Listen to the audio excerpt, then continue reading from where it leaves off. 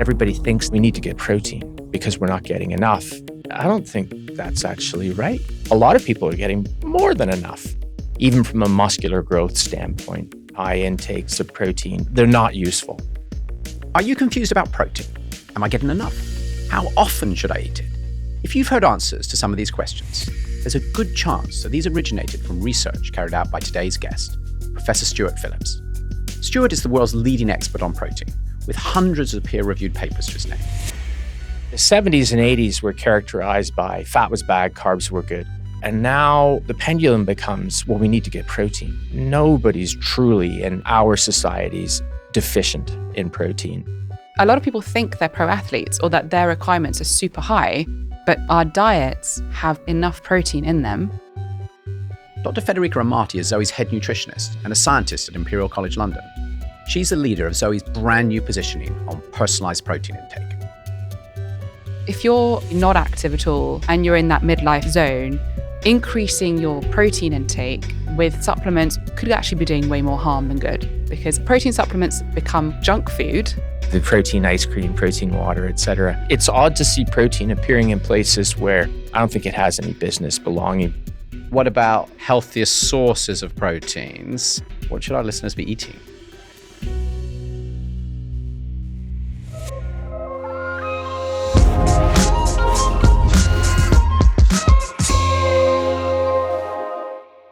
Stuart, thank you for joining me today. It's a pleasure, Jonathan. Thanks for having me. And Federica, thanks for being here. I'm so excited about today, Jonathan. Can't wait. I think we're all excited about this one. First, we have to get through our traditional round of quick-fire questions. And Stuart, I've heard that you have listened to this podcast, so you know what's coming. Sure. We've designed this to be really difficult for scientists. You ready to give it a go? Yeah, go for it. Brilliant. Stuart, is the protein that we consume mostly used for our muscles? No. Federica, are most of us deficient in protein? Not most of us, but some groups are at risk. Stuart, can protein help keep you healthy as you age? Yes. Federica, could some people benefit from protein supplements? Yes, but quality is important. And back to Stuart. Does it matter when you eat protein? Maybe. And finally, Stuart, you've been researching protein for decades. Is there anything that you've changed your mind on as new data has emerged? There's lots of things I've changed my mind on, but I think the big one is that plant-derived or plant-based protein is not inferior to animal-based protein in terms of supporting health and definitely muscles. I think all of those quick-fire answers are super interesting. And that's partly because I know that we get an enormous number of questions about protein from our listeners. Yeah. And I think that's partly because there's an enormous amount of conflicting advice online. Mm-hmm. But it's also partly because big food companies have started to plaster their products with labels saying high in protein. And as a result, lots of people are saying, well, so I guess I'm deficient in protein. Am I getting enough? So I'm incredibly excited to have both of you on here to hopefully clear up a lot of questions. Stuart, you are one of the world's leading researchers on protein with hundreds of peer-reviewed papers on the subject. And Federica, you've been leading Zoe's own position on protein, which I know incorporates a lot of Stuart's research in order to provide personalized protein guidance to Zoe members. So I can't think of two better people to hopefully clear up some of this confusion. But before we talk about exactly how much, Stuart, could you actually help to explain why protein matters at all? Yeah, I mean, the clear distinction I like to make is that for carbohydrates and fats, they're fuel. For the most part, there's a small requirement for fat to be a structural element of cells in our body, but protein is the structural component of everything. It's skin, it's bones, it's your heart, it's your lungs, and clearly it's your muscle, but it's part of your brain too. So it's a substrate. It can also be burned as fuel, although not very much. So that's, I think, the key part that distinguishes it from the other two macronutrients. And can you help us to understand a little bit more? Why do I need to get it in food? What happens when I eat it? Where does it go? Yeah, sure. So protein is made up of building blocks, and we call these building blocks amino acids. And the amino part comes from the fact that protein contains nitrogen. It's the essential nuclide that differentiates it from carbohydrates and fats, which are basically carbons, hydrogens, and oxygens. There are 20 different amino acids, and we need to get them from our diet, 9 of them. And of those 9 essential, we call them amino acids, there are groups that have various functions, but we can produce the rest. So the need for protein is really the need for those essential amino acids, which are degraded and excreted in urine, hair, nails, your feces. And so our requirement for protein is really about replacing essential amino acids that are lost. Yeah, and I love to think of amino acids essentially as building blocks, as you said. And it's amazing when you see the way the amino acids then connect and fold makes proteins. And those then, as Stuart said, go to form skin, hair, nails. Also, it's an essential part of your immune system. Your immune system relies on protein to create immunoglobulins to get ready for inflammation or to get rid of an infection. So a really important thing. And this relationship between essential and non-essential amino acids is also important because our liver can use essential amino acids, like taking Lego bricks apart, and then build up the non-essential ones. So if you're getting enough variety of amino acids in your diet, apart from the essential ones, which you have to get through food, your liver is able to build the others and then make any protein need from that, which is really cool. The liver is super smart. It's a very clever organ. Yeah. I'm just thinking about all the parties at your house as you're watching YouTube and proteins folding. Don't know whether I'm going to quite be able to convince my family that that's Saturday night entertainment. Probably, Stuart, at your house, this is Saturday night entertainment. It used to be when my boys were young enough to appreciate Lego blocks, et cetera, but not so much anymore. Brilliant. So there are like 20 of these different amino acids. These are sort of the Lego bricks that I use to build up the proteins for everything inside me. And as a human being, I can't make all of those from scratch. Right. So 9 of those Lego bricks I need to take in. Yep. But the other 11 I can make myself. Yep. Now, when I think of protein, I was thinking about this last night, I immediately think of my 17-year-old son. And he's like, well, I need to eat steak so I can put on more muscle at the gym. Sure. That is the link for him. It's totally clear. And everything that he's seen on his, social media channels are all about, as a 17-year-old boy, how do you put on more muscle? And it's very exciting for him as well, because the truth is that I go to the gym and I try really hard not to lose muscle. He goes to the gym and the next day it's just there. It's totally unfair. I'm sure there'll be some listeners who can understand that. But I know that in your research, you're not just focused on sort of young people, people looking to weight lift or look beautiful, but actually you've done a lot of research on protein in older adults. Could you help to explain why protein is important for health and quality of life as we age, not just if I want to put more muscles on? Yeah, I think it would be fair to say over the 28 years that I've been at McMaster University, I started out and we just looked at young people. We were interested in making their muscles bigger, so much like your son or university-age students. And we learned a lot about what we can do in terms of protein, but the key stimulus for growing muscle, if you're younger or if you're older, about preventing the loss, and I'm squarely in that category as well, is to lift weights. So resistance exercise or loading is the most important part. When you're a kid and you're growing, you're under the influence of lots of growth factors, which, linear height and then broadened chest and all these sorts of things which your son is experiencing, and the fact that he's lifting in the gym, 2 thumbs up.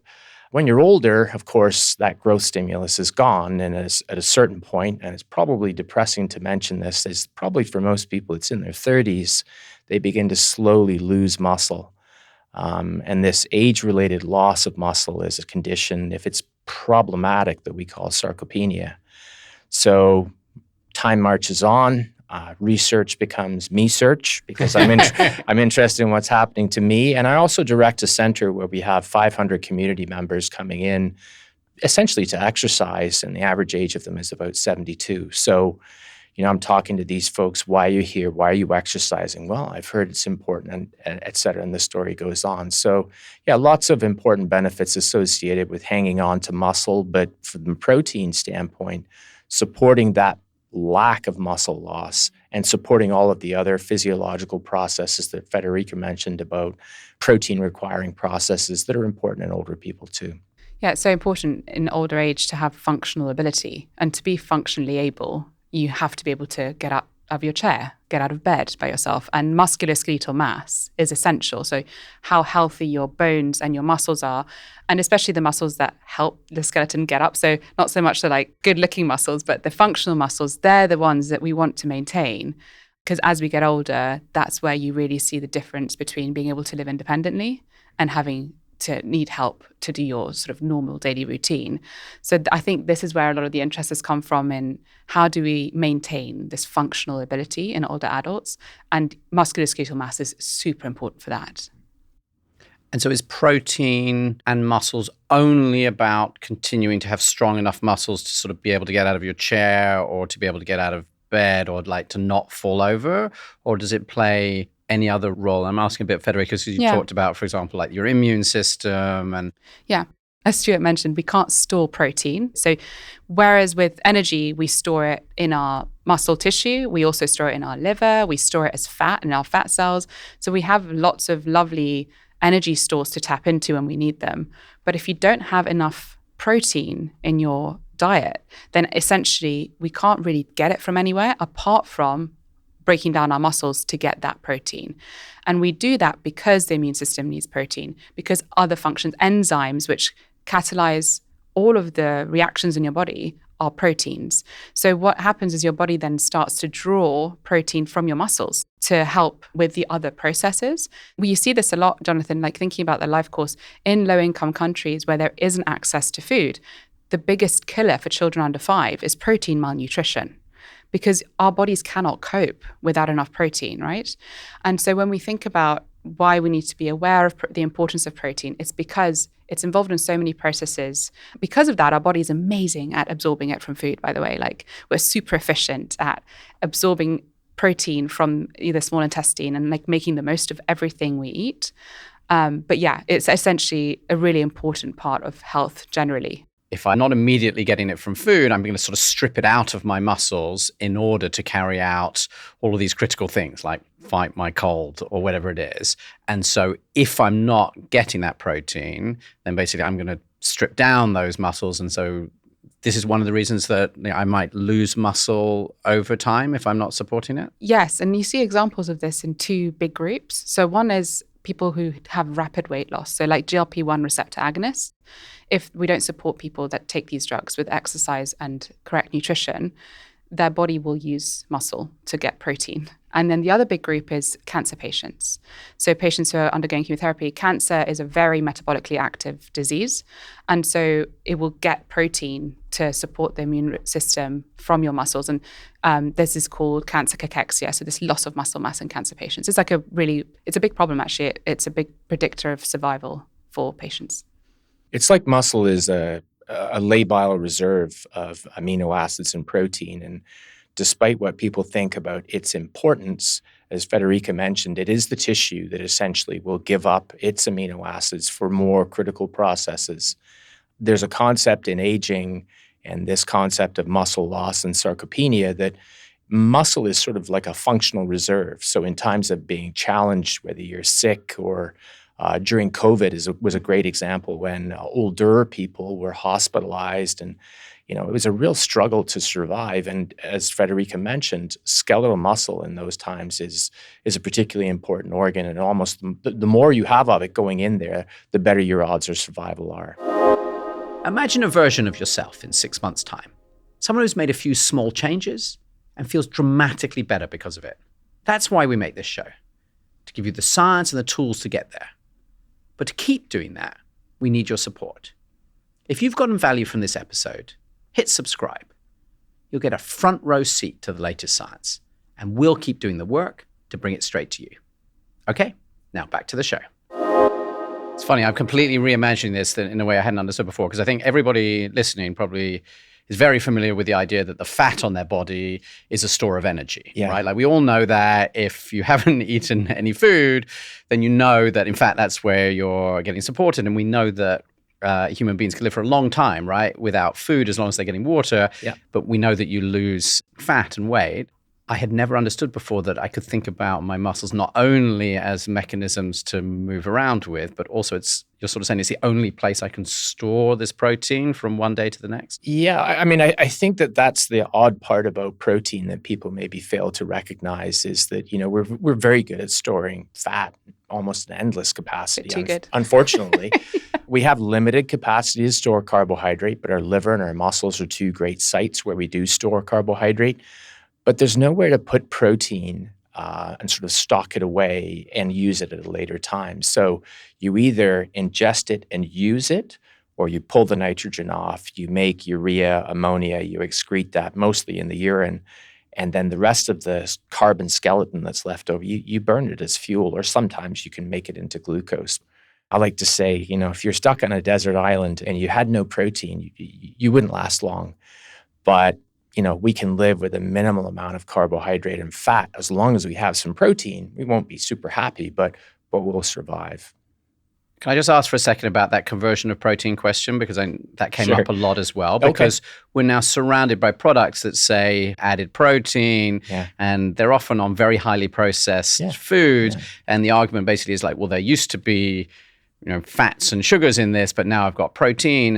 And so this is presented as it's all a win. Yeah. But I think I just heard you say that if I eat more protein than I need, it can end up getting burnt and used as calories. Could you just explain that for a second? The 70s and 80s were characterized by fat was bad, carbs were good. And so we took fats out of a lot of foods and we created very carb heavy, in a lot of situations replaced it with sugar.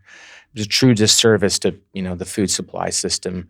Then it was almost like it sort of swung back, and all of a sudden fat was okay. And even saturated fat was okay. And so, the keto diet reemerged and almost like a phoenix. And now there's been a bit of a push, and I'm sure we'll talk about it, about, the recommended dietary allowance in North America, the recommended nutrient intake in the UK, lots of different recommendations that are probably too low, in my opinion, on a few others. And so the pendulum becomes, well, we need to get protein because we're not getting enough. But that's not the message. It's actually, a lot of people are getting more than enough. But maybe there are more people than we thought who aren't quite making it. So now the pendulum swung the other way. And as you point out, Jonathan, I think it's we've overcooked the message a little bit. And we've got products that, protein water is the greatest example of, I like protein ice cream. Yeah, protein ice cream. 2/3 of a tub for 10 grams of protein. It's awesome. Sound good? Yeah. Well, it's a pretty good ice cream to protein ratio. But yeah, it's odd to see protein appearing in places where I don't think it has any business belonging, because nobody's truly in our societies deficient in protein. There may be a few people who are just a little bit under what I think is the recommended intake, but I certainly don't think that, it needs to be put into a lot of the foods where it's appearing.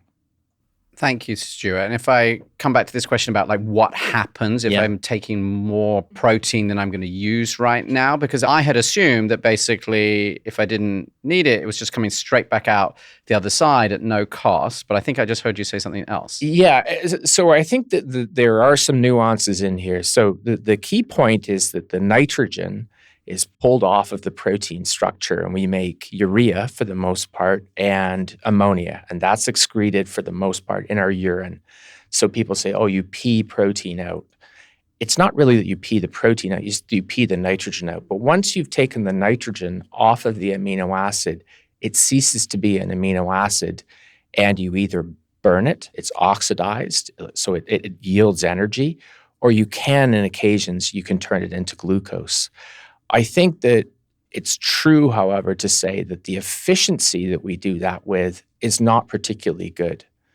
So as opposed to carbohydrates and fats, which we are very efficient at burning, we're not quite as good at burning amino acids. So it's not that it's completely inert, you don't use it. You can, but maybe not with the same efficiency as carbohydrates and fats. And I think that means it's not 0 calorie, though, from the perspective. I just want to make sure this is clear. Protein is 4 calories per gram, kilocalories per gram, just like carbohydrates are, with plus or minus a little bit. So, yeah, of course, it's energy. And, when we look at everybody's dietary intake, it's not like protein, we sum it all up and we just put a big 0 on the bottom. For every gram, it's 4 kilocalories worth of energy as well.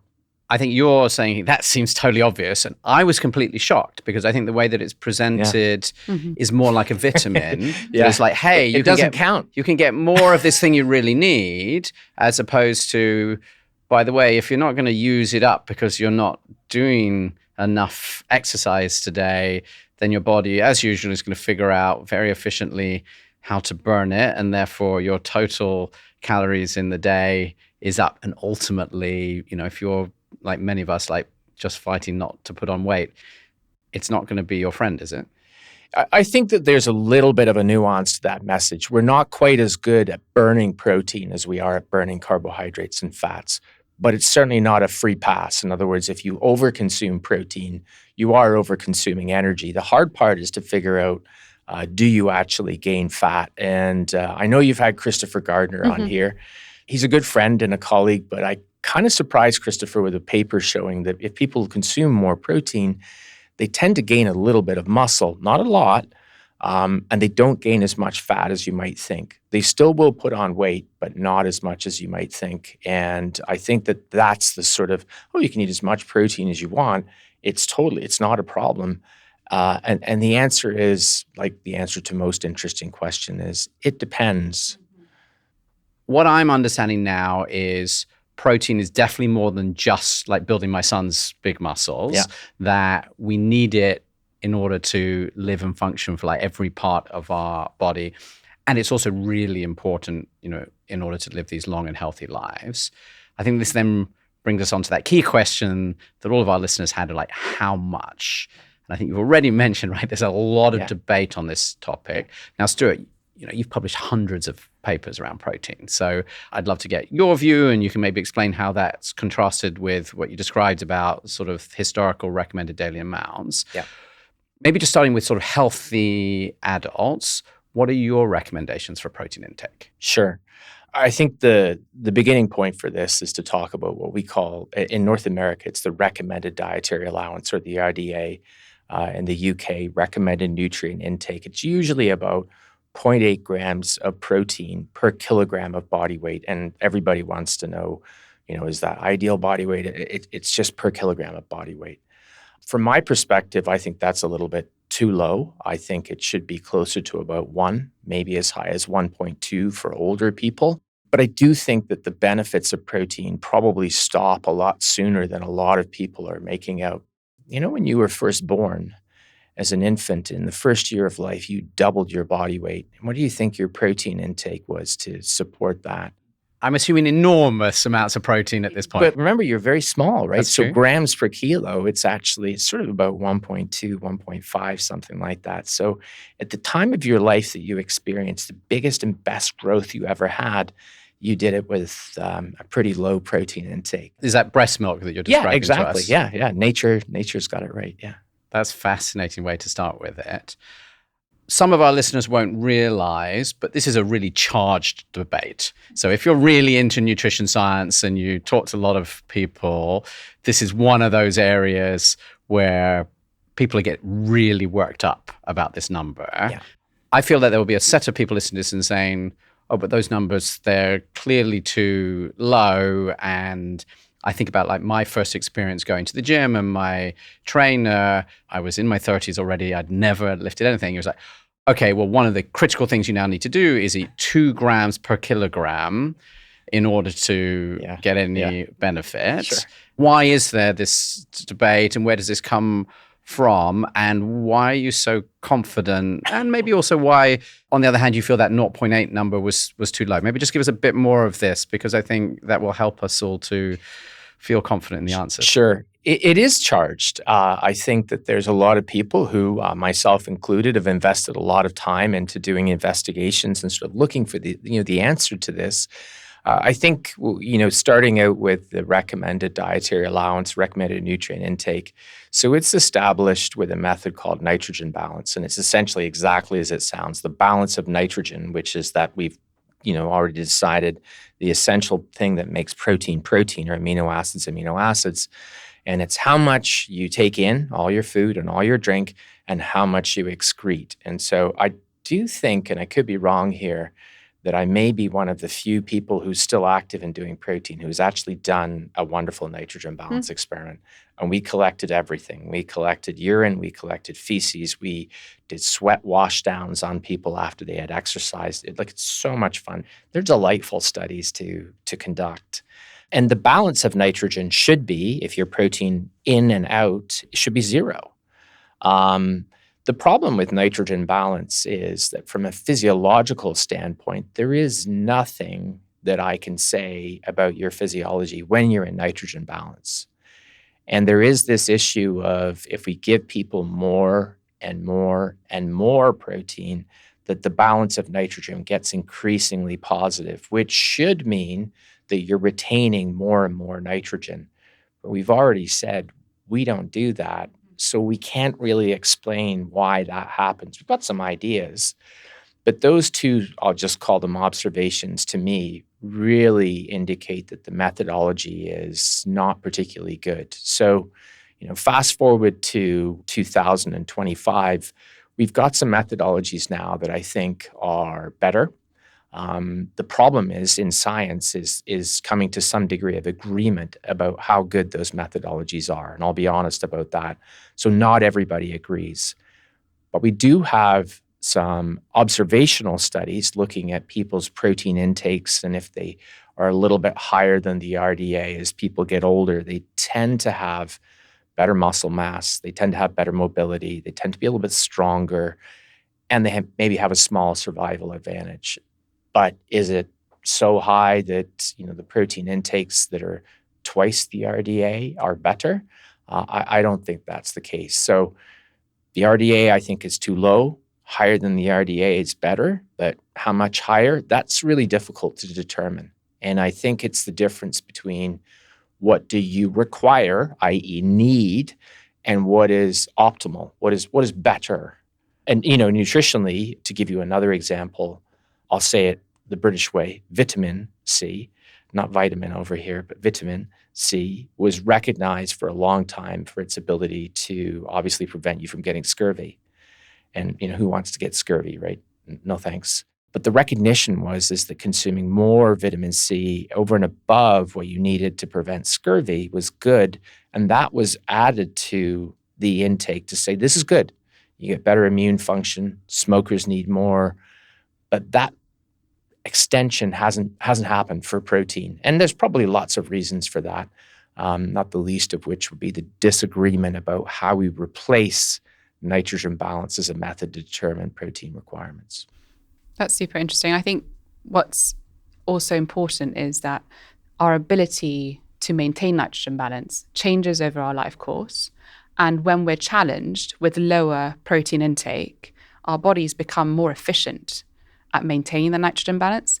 Because protein is so important, our metabolism adapts to make sure we get what we need.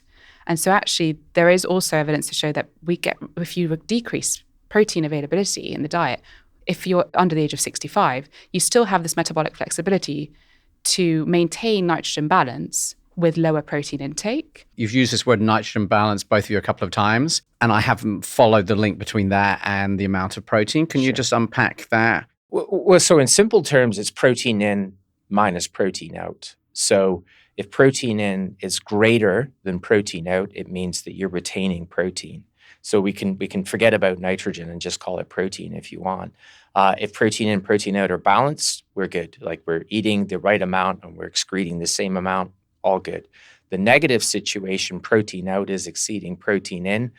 We're losing protein from some pool. Chances are we're losing it from muscle, I think, as Federica's already said, cancer, weight loss, GLP-1 induced weight loss, for example.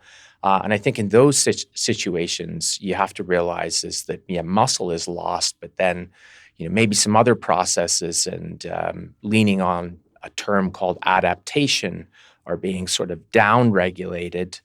And we're able to then come back into nitrogen balance because we have this amazing adaptive capacity to withstand, if you like, lower protein intakes. Probably, again, realizing the essential nature of protein for normal physiological function. So if I'm in protein balance, which was your nitrogen balance, Yeah. does that mean I am getting all the protein that I need? That's correct. In situations where maybe I am getting less protein, my body might make adjustments so that actually it can now cope with this lower level of protein. I'm in balance. So you're saying both of you actually have not really got a problem. It's like I've sort of become more efficient somehow at using this. For some time, right? But then if you prolong that and you don't have enough protein for too long, then you start to run into troubles where you don't get enough protein. But your body tries really hard to maintain balance for as long as it can. Some of the studies I've seen is like about 6 weeks. Is that about right? Yeah, I mean, we reestablish when we're in negative protein balance, we reestablish zero protein balance pretty quickly. And so what that means, to come back to the Lego building block analogy, is that the processes that are using those building blocks have kind of slowed down. And you probably have a period of time where you're flexible and you can withstand that. It's not a big deal. But if your protein intake goes too low for too long, then that's when these adaptive processes become, if you like, an issue, and you begin to tap into proteins that are in your muscle, and maybe immune function gets a little bit lower. But, I think that it's probably fair to say that the RDA is a pretty good, I'll just call it a baseline estimate. And I'm not suggesting that it's 2, 3, 4 times the RDA, which I think a lot of people are out there saying this is where you need to aim.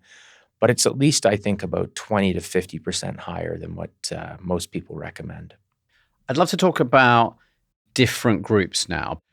Maybe firstly, are there particular groups that are at more risk of not getting enough protein, and where these numbers of sort of, you were saying 1.2 maybe is too low?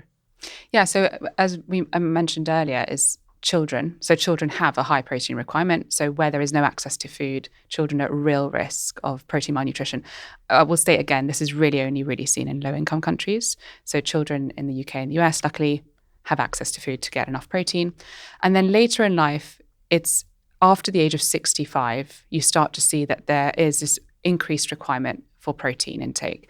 And it's a combination of, as Stuart said, like sarcopenia, so muscle mass loss, reduction in appetite. Also, we become a little bit less efficient at absorbing it, a little bit less efficient at like getting it into the tissues it needs to go into.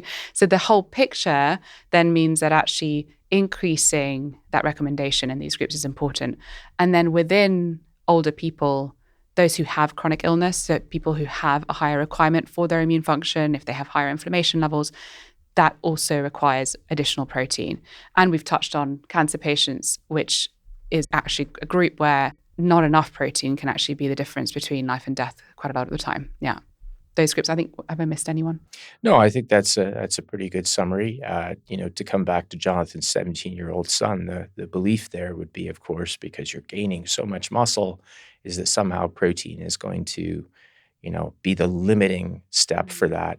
We've done a lot of work in this area, and I can say with pretty good confidence that the big driver, and by big, like capital BIG, is lifting weights. Like protein never really limits your muscle gains unless you're preparing for a bodybuilding competition. So they're desperately trying to lose weight, but they're trying to hang on to their muscle. And, that's a scenario, but it's not the scenario that most people are in. So let's just say weightlifting is the big thing as opposed to the protein. I was just describing the scenario when I first went to the gym, and my Yes. trainer says, you need to eat 2 grams per kilogram. And it's not like he just made that up off the internet. So this is like very strongly embedded in a lot of physical trainers, a lot of people you go to see. So I'd love to discuss a bit more. When does this cutoff come to? So what is the number that you are saying if I'm going to the gym? And is that like, if I'm going to the gym 3 times a week, what about if I'm going every day? Like, what is the number that actually you should be hitting? Yeah. So to be really, really clear about this, going to the gym and lifting weights if you're trying to gain muscle, or if you're older and trying to prevent the loss of muscle, is categorically the primary stimulus that's going to result in muscle growth or retention of muscle as you age. Protein helps, but the analogy I like to use is that lifting weights bakes the cake, And protein is that thin layer of icing, as delicious as it is, across the top of the cake. Or maybe it's even the sprinkles on the icing, I'm not sure. So it's a small dressing on top of that.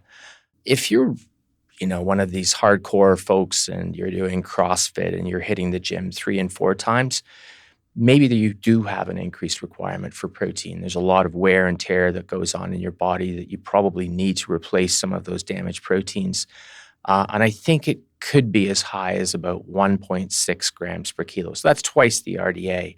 And I know a lot of people will say, wow, that sounds like a lot, but recognize that it's much below the 2 grams per kilogram, or traditionally the 2.2 grams per kilogram, which the bodybuilders would say is the almost folklorish level of 1 gram per pound.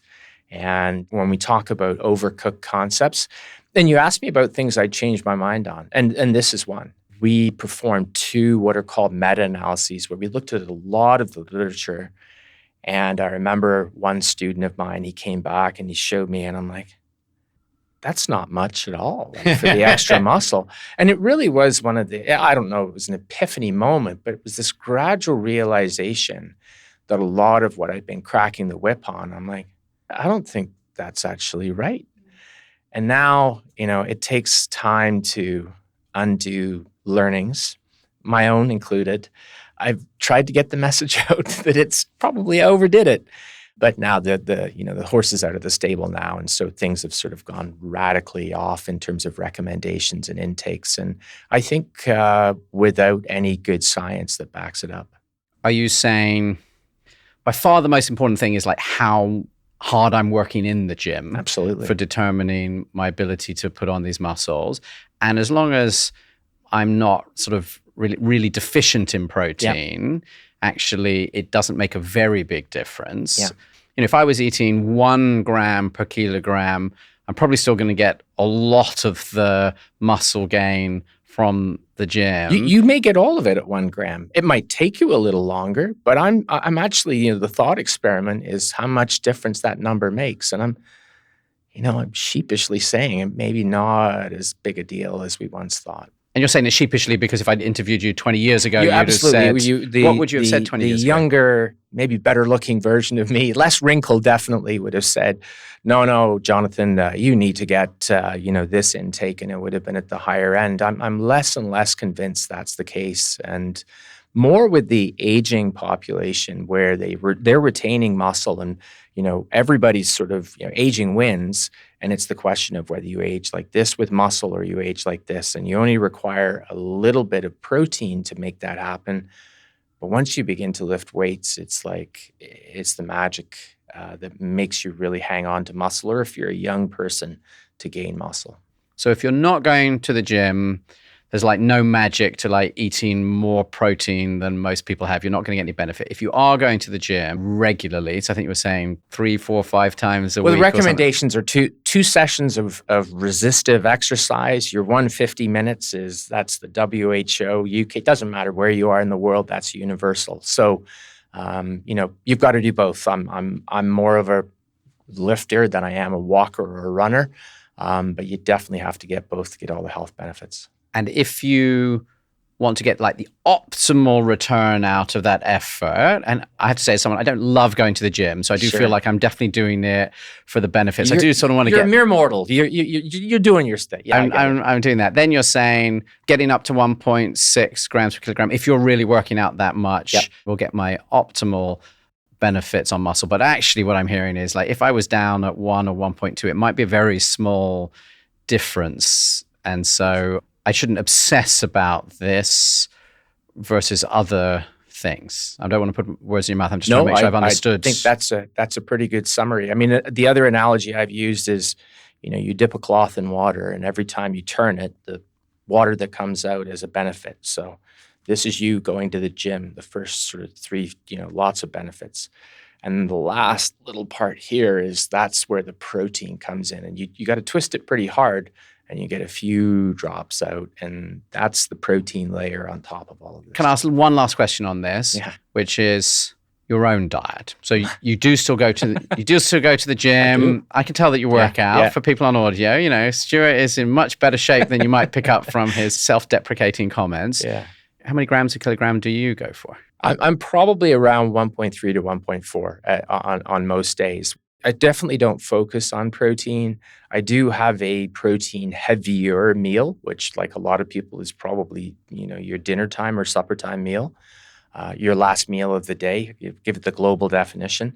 I think about it, but I certainly don't, weigh things or obsess about it. I'm definitely a very mediocre athlete / whatever. And I'm a mere mortal these days. I'm not training for anything other than to age well.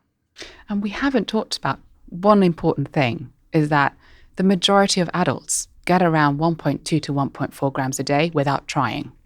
Like our diets have protein in them, but at the end of the day, most of us who are eating enough food, and I have to stress that, so if you're getting enough food, you're getting about 1.2 to 1.4 grams a day. Like that's the average for US and UK. This actually came up, I think, in one of my podcasts where someone said to me, when you do exercise, do you find you're hungrier? And I was like, oh, I do. And they're like, what happens when you're hungrier? And they're like, do you eat more food? And I was like, yes. And I assume out of this, just as a consequence of what you're talking about, that I'm going to eat more total amount of protein as this. Yeah, you're so nodding. This is where Christopher Gardner and I, good friend, we agreed to disagree on a few things, but he makes a great point, and it's a good one to sort of maybe keep in mind. He's at Stanford University, so big U.S. university, and in North American football players, so they eat a lot of food. These guys, they're big men. They're eating 3,000-4,000 calories. And even if you ate, 10% of your energy intake at that sort of caloric intake as protein, and as big as these guys are, they're hitting, 1.7, 1.8 grams per kilo, like without even trying. But Christopher's fond of saying is that, there's a lot of protein supplements and everything. So then they are into the 2.3, 2.4 grams per kilo range, none of which I think is useful or doing anything for them, but other than reinforcing the belief that that's what they need. But it's almost without trying that it happens for, very active people, particularly those that are, trying to sort of bulk, if you like. Also, I do think, to your point, a lot of people think they're in this group. A lot of people think they're pro athletes or that their requirements are super high. And it's really a very small percentage of the human population that has these specific requirements for very hard to obtain goals. Earlier you said, Jonathan, if someone's not active, if they increase their protein, will that do any good? Not only will it not do any good, right, because it's not going to grow muscles for them if they don't move, it could actually be doing harm, especially in midlife. So what is quite consistent in the literature is that if people between the age of 50 and 65 get more than 20% of their caloric intake from protein, they're actually at higher risk of chronic diseases, especially cancer. So if you're essentially not active at all and you're in that midlife zone, increasing your protein intake with supplements or just because you decided that steaks are the best food in the world, like you could actually be doing way more harm than good. I would like to move shortly into how do I turn all of this into practice for real around lunch. But before I do that, there are also lots of questions around sort of the timing and spread of protein. And I think that's also, again, encouraged by all of these big food manufacturers sort of suggesting that I need to have protein in everything now. And thinking back also to my first experience of going to the gym, I realized also, as well as the 2 grams per kilogram, the other thing that you said is you absolutely need to eat protein. I mean, I'm slightly making this up, but I feel like within 10 minutes of leaving the gym, because otherwise all of that hard work would be completely wasted. I'm cringing because that was probably me telling you that at some point. Is that right? So it was your research from 20 years ago. To some degree. We unwittingly, I think we've contributed to this narrative. And it's not just me. I'd name other names, but I'll let them remain innocent for now. Well, now I'm having the opportunity to sit opposite you, Stuart. So what is the advice around the timing of eating protein compared? Because you've already said you have to do some exercise with something heavy. Yeah. So, priority 1 is we got to go to the gym. If we don't do that, as Federica mentioned, absolutely spot on. Nothing happens when you eat more protein. People talk about a satiety effect. I'm pretty lukewarm on that happens unless you really ramp up your protein. So, let's sort of forget about that for now and say, go to the gym. then your daily protein intake, I like it in that 1.2 range. We can agree most people hit that. Some people don't, but most do. After that, the timing is this sort of, and I hate to use the in the margins expression or, majoring in the minors. It's one of these other, it's the last little twist of the cloth that you might get a couple of drips of benefit out, but it's certainly not something that would make me say, immediately post-exercise, you need to get your protein. That concept, which was given the name probably about 15 to 20 years ago, the anabolic window, was tied more to the replenishment actually of muscle glycogen, which is muscle-stored carbohydrate, than it was to protein metabolism. But a lot of us did some work in this area to try and see whether this was true. And there's a good friend of mine named Sean Arendt, who's down at the University of South Carolina, and he's written a paper called, instead of the anabolic window, it's the anabolic garage or garage door.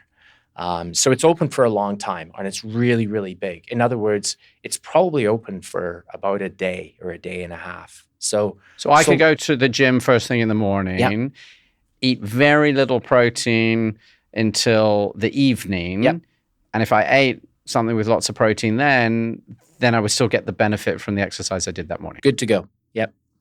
Wow. I'm going to tell my trainer straight after this. I know. And I know as soon as I've said that, I'm like, God, am I going to upset some people now? Yeah, right. All the post-workout shakes. I know. Like, no. And I run into these people and they're like, I heard you on that Zoe podcast. And I'm like, it's just science. I'm just telling you the science. Stuart, can I try the counter then? Because Sure. he'll say, sure, that's like fine, but like you're working hard and you want to get the best benefit. And so actually, why wouldn't you take, the extra few percent? Yep.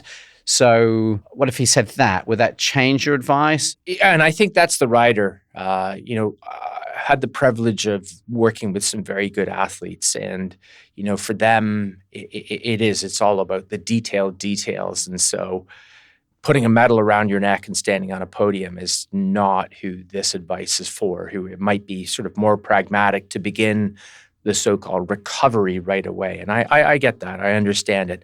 For most folks out there in regular society doing regular things and just hoping to stay a little bit healthier, that type of detail and nuance is, I think, it's an inefficient message. The big one should be just get enough protein, go to the gym, continue, carry on. I'd love to talk about protein sources now. Yes, I was about to say. Federica's been very Patient. Very patient Good, on yeah. this. Exactly. You told our researcher that this was something that you changed your mind on during the course of your career. Could you tell us sort of where you began and where you are today?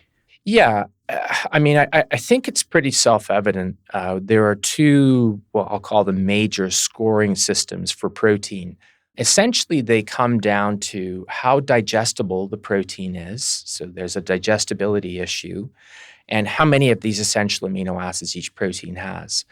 When you look at it from that perspective, animal source proteins would be superior. In other words, they would have a higher score than plant source proteins. And everybody goes, oh, well, game over, it's got a higher score. These, they're the winner easily. And that was me 25 plus years ago.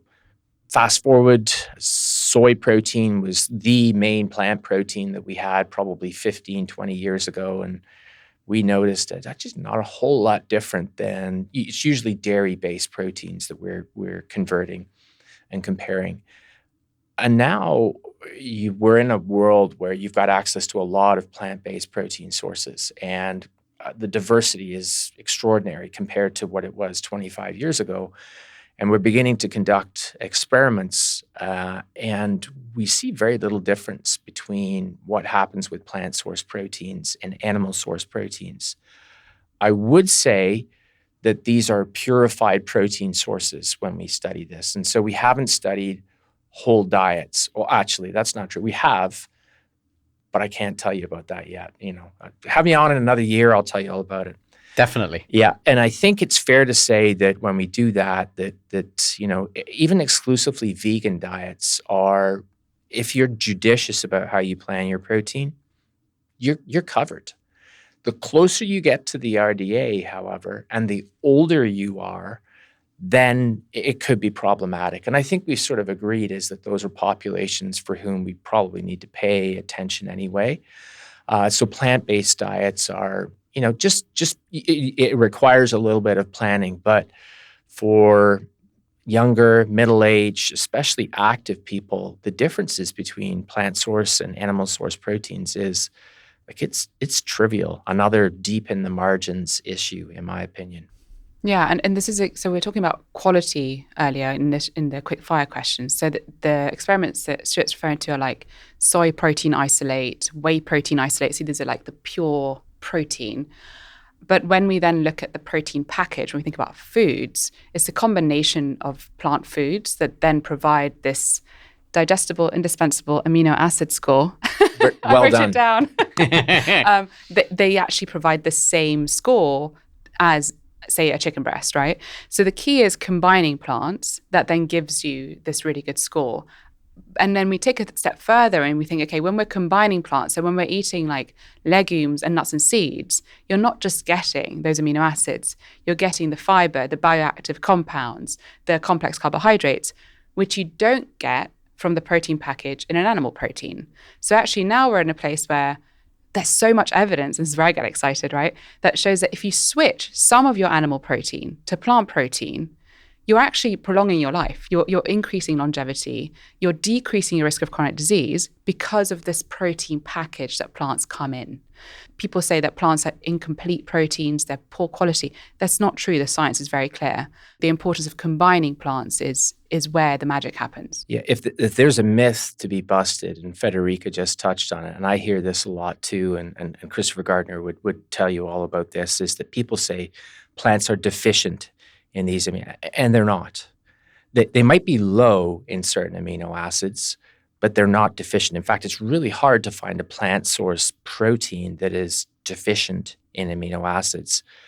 I find it fascinating to go around the world and in, I'll call them food insecure regions, or regions where there's not a lot of animal protein consumed, regions of Southeast Asia, India, South America, the Caribbean. Everybody figured out that a grain and a legume together were good.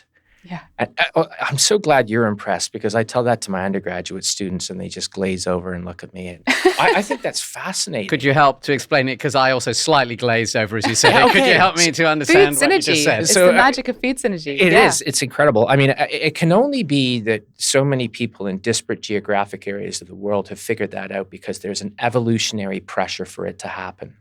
Like you survived. And so I'm trite when I say this, but the undergrads seem to resonate with it, is that grains are low in an essential amino acid called lysine. Legumes are pretty rich in lysine, but they're low in amino acids that contain sulfur. There's two of them, methionine and cysteine. But grains are high in those. And when you eat them together, you're good to go. You get the lysine that you need. You get the methionine and cysteine that you need. And so this is like mixing like beans and... it's my beans and rice. Rice. It's lentils and rice. It's barley and lentils. Yes. It's spelt and your bolotti beans, right? So another thing that we've had a lot of listener questions about is the idea of an upper limit of protein absorption per serving. Is there truth in this? Do we need to spread out our protein intake? Oh, we contributed to the noise in this one. We can absorb a lot of protein. I mean, a lot, like hundreds of grams. And so there's no sort of upper limit on absorption. But we did publish a paper at one point that showed that when you ate 20 grams of protein, that was all that your body could efficiently use. When we doubled the dose and we went to 40, your body used a little bit more, but it was by no means double the response. And so everybody walked away saying, oh, well, 20 grams is all you can digest and absorb. And that's not the message. You can digest and absorb a lot more. Your body just can't utilize it. And from when I say utilize it, I mean your muscle couldn't utilize it. So we probably confuse some people with that, but people have taken and run with the concept. But we can eat a lot of protein. I think, Federica, you mentioned is that we're very good at absorbing protein. Rarely does it not get absorbed, and there's a little bit, but as we get older, it does go down. if I ate lots of protein in one meal and not a lot later, actually that is going to deliver all the protein I need for like my muscle growth and everything else over the next day. So this like 20 grams, this is more to do with some sort of optimal thing, but actually I'm going to be able to use it all. Yeah, if you ate it in one big meal or you ate it in 3 meals, I don't think there would be a lot of difference. I think the advantage would go to the 3 meals. We do have a study going on that. And so again, a year or so from now, we'd probably be able to give you the answer. But the truth is, you can digest a lot of protein. It's not capped out at 20 or 30 grams. Now, Federica, we have a lot of our older Zoe members who ask for advice on how to eat adequate protein without having to eat more food than they find actually they have appetite for. Do you have any simple tips for them?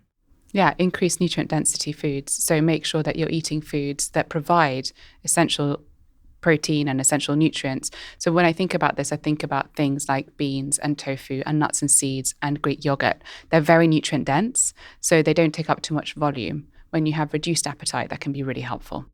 I would love now to actually turn all of this advice into really clear, actionable advice about what I can put on my plate. Maybe start with that, like the healthiest sources of proteins. What should our listeners be eating? Look, I mean, the traditional protein sources, everybody, I think, could rhyme it off. They probably first say eggs, meat, poultry, fish, great sources of protein, lots of other nutrients in there. Awesome. I think eggs have been on the dirty list for too long. I think they're still a pretty good source of protein, affordable, lots of good nutrients in there. But I think we can now begin to talk about plant source proteins, so legumes, beans, pulses, these sorts of things, as a bioequivalent form of protein. You might have to eat a little bit more, but probably not so much more that you would worry about it. I think a meal where people, I don't say underconsume protein, but that tends to be carbohydrate heavy is breakfast. And the trend these days, I'm sure it's the same in the UK, US, Canada, doesn't matter, Australia, is that there are lots of ultra-processed foods that are available at breakfast that really are doing everybody a disservice. I like to teach students that if we shopped on the outside of the grocery store, up the produce aisle, meat and dairy, grains, and stayed away from the middle where all the good tasting, highly addictive, high protein cookies. Yes, exactly. The protein ice cream, protein water, et cetera. We'd probably be a lot better off. So we eat real food, whole food. From that standpoint, then, I do like to talk a little bit more about protein at breakfast. My superfood at breakfast is Greek-style yogurt. So a little bit higher in protein than the regular yogurt, probiotics, and it's a good breakfast food. Throw some nuts, throw some seeds, throw some fruit in there.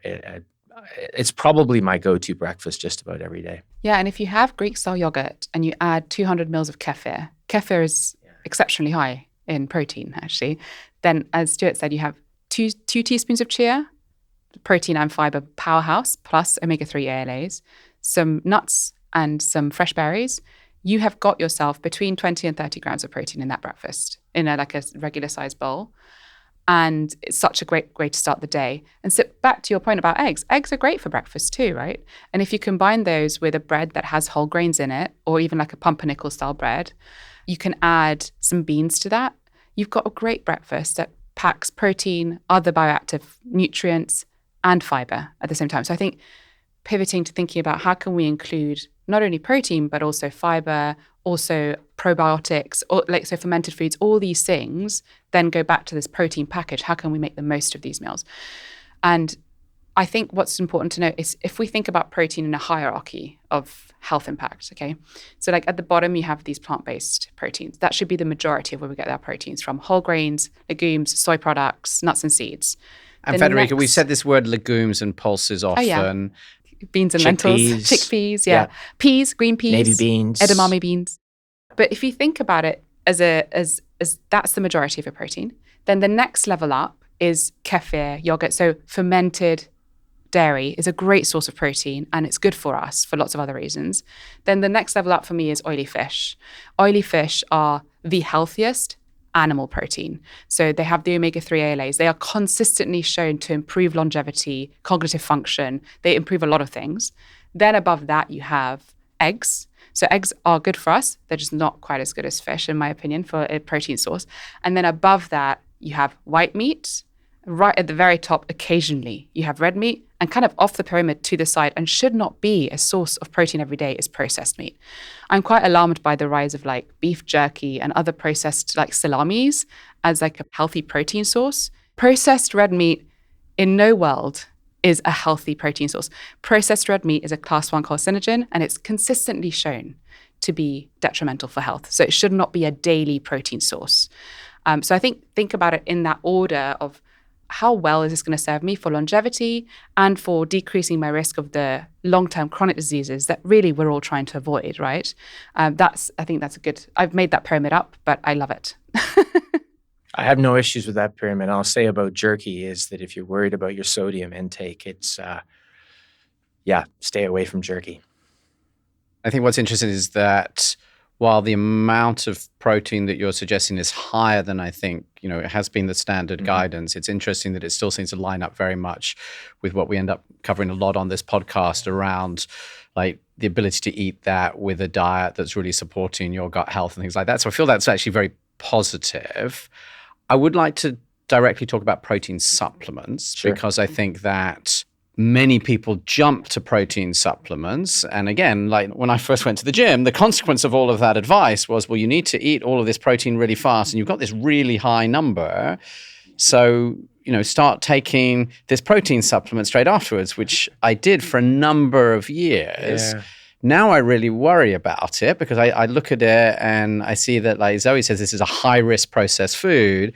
I gave that up as I started to understand in the last few years, like all these issues around processed foods. But obviously it gives you a lot of protein. What are your thoughts on that, Stuart? So pros and cons. The pros of a protein supplement, it's just protein if it's protein powder. And you don't have, a lot of people are like, well, I don't want fat, I don't want carbs because, they're going to kill you and et cetera. So yeah, I'm being trite, but you get my point. I get it. And maybe there's a time and a place for that. It's convenient.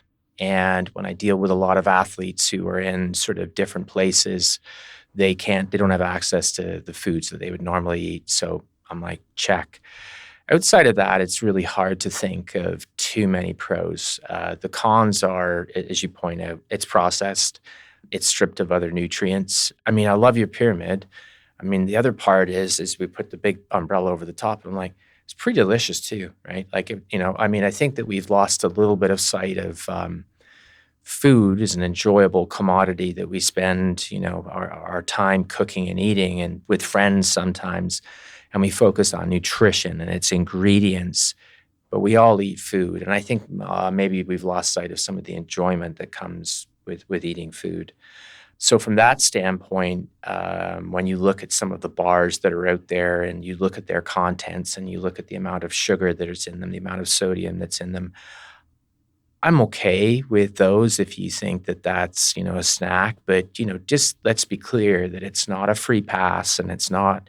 a lot of people say, it's healthier than a chocolate bar. And I'm like, well, if here's the chocolate bar, this is how much healthier the protein bar is. It might be a small nudge, but it's not like, this is a free pass and this is super healthy. And, hopefully we've made the point clear that window and everything else is sort of overhyped in terms of its importance. And I know it's boring, but a food-first approach is going to serve you a whole lot better than any form of supplement will. I work with athletes, and I will say is that they go to supplements, and the number one reason for it is convenience.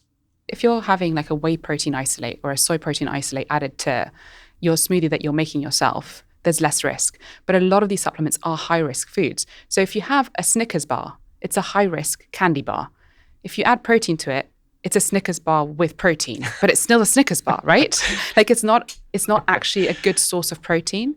The data is also really clear that the more of these foods, these high-risk processed foods you have, the more you're decreasing your chances of living a long and healthy life. So the study I love, the Tess et al. Study in Nature, they calculated that ultra-processed food and high-risk food consumption gives you a 32% lower odds of healthy aging.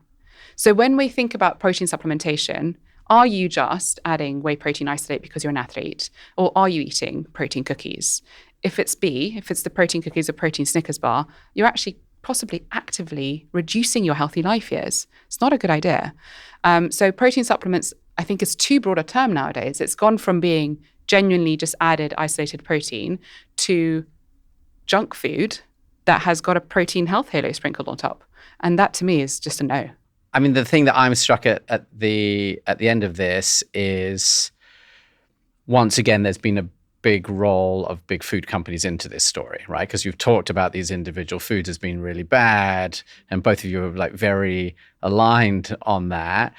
But it's not just like randomly happened that you get the Snickers bar that says, high in protein, or the ice cream or any of these. And I think they play incredibly strongly to why there are so many listeners who contact us and ask, because people see this all over the supermarket and they're like, oh, wow, I must be short of protein. And also, so if I get the thing that's high in protein, that actually means that this food, whatever it is going to be good for me. And it's incredibly cynical. Mm-hmm. And there's usually a markup. People will pay 20% more for the same product with added protein. Great moneymaker, because whey protein isolate is super cheap. So you add that to your waffles, frozen waffles, and you're suddenly selling them for more money and making more money in the process. It's a complete marketing play, unfortunately. And it's not serving people's health. It's just serving profit margins at the moment. Final question, Stuart. Like, we've gone through lots and lots of advice. If I was going to ask you to speak to the listener and just give one simple actionable tip that they could take away right now that would start to make a change to make them healthier, what would it be? Does it have to be nutrition related? No, it doesn't. Then the exercise. It seems trite, but after years of doing this and essentially thinking based on data that protein was more important than it was, I've come to the realization that it's the exercise that really drives the bus, and protein is a small part of the benefit that could accrue from doing the exercise. And that doesn't matter whether you're a runner or a lifter or anything. That's far more important than getting more protein in your diet.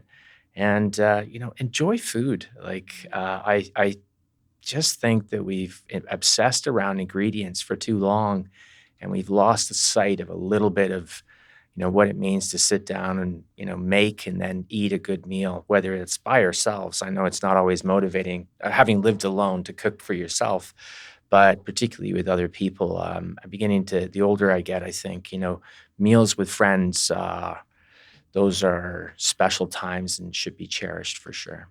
I would love people to start thinking about how they can replace some of the protein they're getting from animal foods like processed meats, red meats, or, to your point, Jonathan, snack foods like protein supplement cookies, to healthier plant-based proteins that we know are going to improve longevity and outcomes in the long term. So how can you integrate more lentils, more beans? Can you try tofu or tempeh?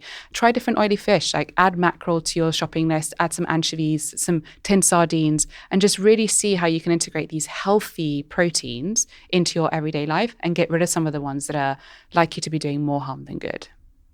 I'm going to try and do a summary, at least of the key things that we covered. I think my starting point is the recommended daily protein intake, which is sort of 0.8 grams per kilogram, is too low. And so that is really interesting. The second big thing I'm taking away is you have to lift something heavy to get any benefit from protein. So if you're listening to this and you're not lifting anything heavy, don't get tricked into all of these products saying eat more protein, because it's not relevant. The question is, what could you do to lift something heavy in order to use it? The next thing on my mind, and Federica, I know you've been doing a lot of work on this, is the right amount of protein for you is personalized. There isn't just one single number. And that's, I think, part of the reasons you're talking about, this recommended daily intake being too low. So you're saying, for regular healthy adult, it might be 1 to 1.2. So it's a bit higher than the number that we've described. Yep. But in certain cases, and you're particularly talking about people as they're getting much older, because it's harder to absorb this and it's so important to protect them, it might be higher. When you're very young, you were describing what you get in breast milk and it's a bit higher. But in no case is it as high as we've been hearing a lot from sort of influencers and indeed from the trainers if we go and see them. And so, I think your own intake is really interesting. You say sort of 1.3 to 1.4, and you're obviously, serious about wanting to protect your health and going to the gym. If you're working out a lot and you're talking about this is the CrossFit, power this is the athletes, power athlete, hardcore, the person who's like 0.1%. optimizing this at the very best, is at 1.6. Yeah. So again, like still well below the 2. So even if you're aspiring to that, that's sort of 1.6. The big thing that you've changed your mind about is this idea that the only way you can sort of solve for your protein intake is through eating lots and lots of meat. Yep. And that actually that's really a myth. And it turns out that plants are not deficient in amino acids, but you can't just eat one plant. So you've got to eat this sort of balanced diet. The timing is not a big concern.